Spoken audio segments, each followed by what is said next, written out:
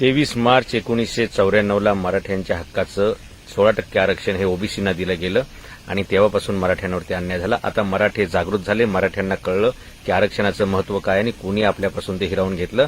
त्याच्यानंतर सगळी ही आंदोलनं 57 मोर्चे वगैरे सगळे सुरू झाले।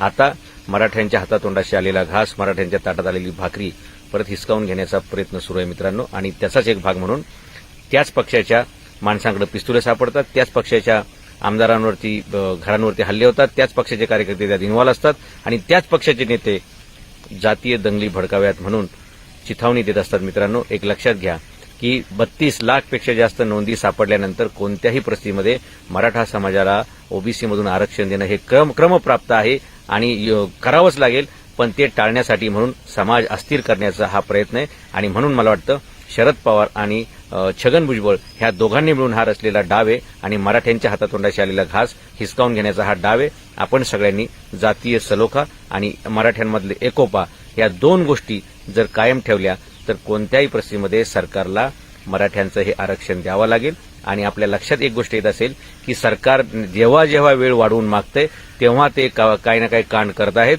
त्याच्यामध्ये काही ना काही उचापती करतायत, काहीतरी उद्योग करतायत। मराठ्यांमध्ये फूट कशी पडेल, मराठ्यांमध्ये बाकीचे गट कसे पडतील, वेगवेगळ्या मागण्या कशा पुढे येतील, अशा सगळ्या भानगडी याच्यामध्ये चालू ठेवल्या जात आहेत। मित्रांनो, मला वाटतं अशा प्रसंगी म्हणजे न भूतो न भविष्यती 5 कोटी मराठी एकत्र आलेले आहेत। आपण एका दिशेनं एका विचारानं एकत्र आलेलो आहोत, एका दिशेनं चालायचंय आणि ते ध्येय प्राप्त करण्यापर्यंत थांबायचं नाही। कोणी कोणत्याही प्रकारचे मतभेद तयार करायचा प्रयत्न करेल, कोणी कोणत्याही प्रकारची वेगवेगळी मतं मांडायचा प्रयत्न करेल, परंतु आपण मात्र एका मतावर ठाम असलं पाहिजे आणि ते म्हणजे आमचं 16% हक्काचं आरक्षण आम्हाला मिळालं पाहिजे आणि ते ओबीसी मधून मिळालं पाहिजे। 32 लाखपेक्षा जास्त नोंदी मराठ्यांच्या कुणबी म्हणून सापडलेल्या आहेत। आता एवढे सगळे सज्जड पुरावे मिळाल्यानंतर तुम्ही कोणत्याही प्रकारचा टाइमपास करणं आणि वेळ मागवून घेणं आणि बाकीच्या कुरघोड्या करणं ही चुकीची गोष्ट आहे।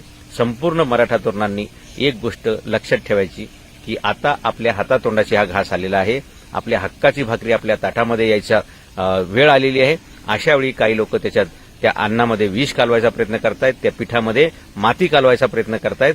तर यावेळी आपण फक्त एकच गोष्ट ठरवली पाहिजे, ती म्हणजे कोणत्याही प्रकारे महाराष्ट्रामध्ये अशांतता निर्माण झाली नाही पाहिजे, महाराष्ट्रामध्ये जातीय दंगली झाल्या नाही पाहिजेत आणि महाराष्ट्रामध्ये याचा कोणीही राजकीय फायदा घेऊन सत्तेमध्ये येण्याची स्वप्न बघितली नाही पाहिजेत। कोणीही याचं राजकारण न करता मराठा समाजावर जो अन्याय झालेला आहे तो अन्याय दूर करण्यासाठी सर्व राजकीय पक्षांनी प्रामाणिक प्रयत्न करणं ही याच्यामधली सर्वात महत्वाची गरज आहे। आणि मराठ्यांना यावेळी हे लक्षात जरूर आलेले आहे की आपल्यासाठी भांडणारा कोणताही पक्ष नाही, आपल्यासाठी भांडणारा कोणताही नेता नाही।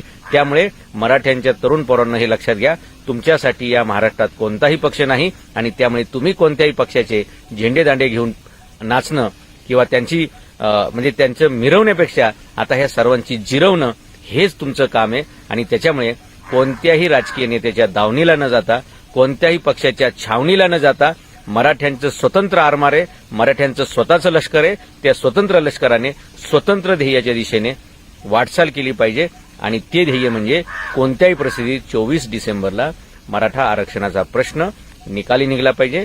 मराठ्यांना कुणबीची सर्टिफिकेट मिळतायत, नोंदी सापडतायत, त्याचा आधार घेऊन ताबडतोब मराठ्यांना ओबीसीमध्ये घेणं आणि मराठ्यांचं आरक्षण मराठ्यांना देणं आणि 1994 पासून जो काही बॅकलॉग आहे तो सुद्धा भरून काढणं आणि आमच्या ज्या हक्काच्या 2.5-3 लाख नोकऱ्या ह्या बाकीच्या लोकांनी बळकावलेल्या आहेत त्या परत घेणं किंवा नव्यानं भरती करून मराठा समाजाची तेवढीच मुलं त्या ठिकाणी भरती करणं हे सगळं तातडीनं होणं गरजेचं आहे।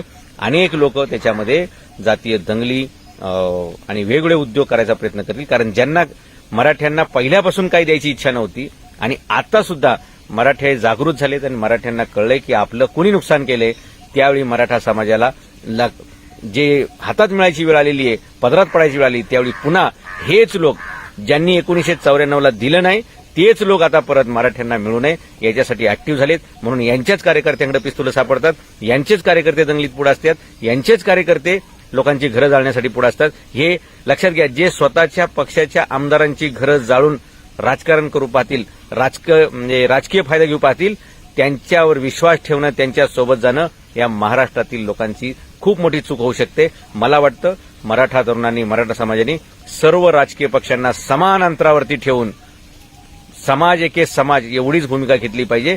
कोणत्याही पक्षाचा झेंडादांडा आपल्याला आतापर्यंत न्याय देऊ शकलेला नाही. त्यामुळे कोणत्याही पक्षाचं कोणत्याही नेत्याचं चमचा होण्याचं काम मराठा तरुणांनी बंद केलं पाहिजे आणि स्वाभिमानी आणि स्वयंपूर्ण वाटचाल ही आपली असली पाहिजे. आणि कोणतेही फाटे न पडता 24 डिसेंबरला मराठा आरक्षणाचा विषय संपला पाहिजे. मराठ्यांच्या हक्कात ज्यांना न्याय मिळाला पाहिजे. एवढंच मला या व्हिडिओच्या माध्यमातून विनंती करायची आहे.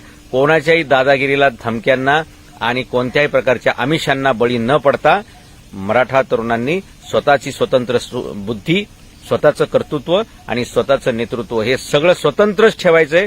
कोणाच्याही राजकीय दावणीला बांधायचं नाही. कोणाच्याही पक्षाच्या छावणीला आपण जवळ करायचं नाहीये. जवळ एकच गोष्ट करायची, 24 डिसेंबर, आणि त्यासाठी गावोगावी साखळी उपोषणं, जागृतीचे कार्यक्रम चालू ठेवणं आणि कोणत्याही प्रकारची फूट पडणार नाही, कोणत्याही प्रकारची लूट होणार नाही आणि कोणत्याही लोकांना या महाराष्ट्रात नंगानाच करायला, थैथाट करायला संधी मिळणार नाही याची पूर्व काळजी घ्यायची. आपल्याला एकोपा राखायचा आहे, सलोखा राखायचा आहे. कायदा आणि सुव्यवस्था राखत, शांती राखत आपला प्रश्न आपण सोडवला पाहिजे. लोकशाहीच्या चौकटीमध्ये प्रत्येकाला आपली मतं मांडण्याचा, आपल्या न्याय हक्कासाठी लढा देण्याचा अधिकार आहे. तोच घटनेने दिलेला अधिकार आपण मांडला पाहिजे. आणि मला वाटतं घटनेने जे तत्व दिलेलं आहे, सर्वांना समान संधी, त्याचं उल्लंघन जर कोण करत असतील तर अशा सर्व राजकीय पक्षांवर आणि नेत्यांवर आपण बहिष्कार टाकला पाहिजे. कारण बाकीचे लोक तुम्हाला लोक वाटतायत आणि मराठे मात्र जर तुम्हाला लोक माणसं वाटत नसतील, जनावर वाटत असतील, तर मला वाटतं मग अन्यायाविरुद्ध आता मराठा पेटून उठणार नाही तर मग कधी उठणार आहे. आणि म्हणून आपण सगळ्यांनी घटनेचा आदर करत, संविधानाचा आदर करत शांतीच्या मार्गाने हे प्रश्न सोडायचे. जे लोक चिथावणीखोर भाषणं करतायत त्यांचा हेतू स्पष्ट आहे की मराठ्यांच्या हातातोंडाशी आलेला घास, मराठ्यांच्या ताटात पडलेली भाकरी कशाही प्रकारे हिसकावून न्यायची, हा त्यांचा डाव आहे. आणि तो डाव उधळून लावा. शांतीच्या मार्गाने आपण पुढे चालूया.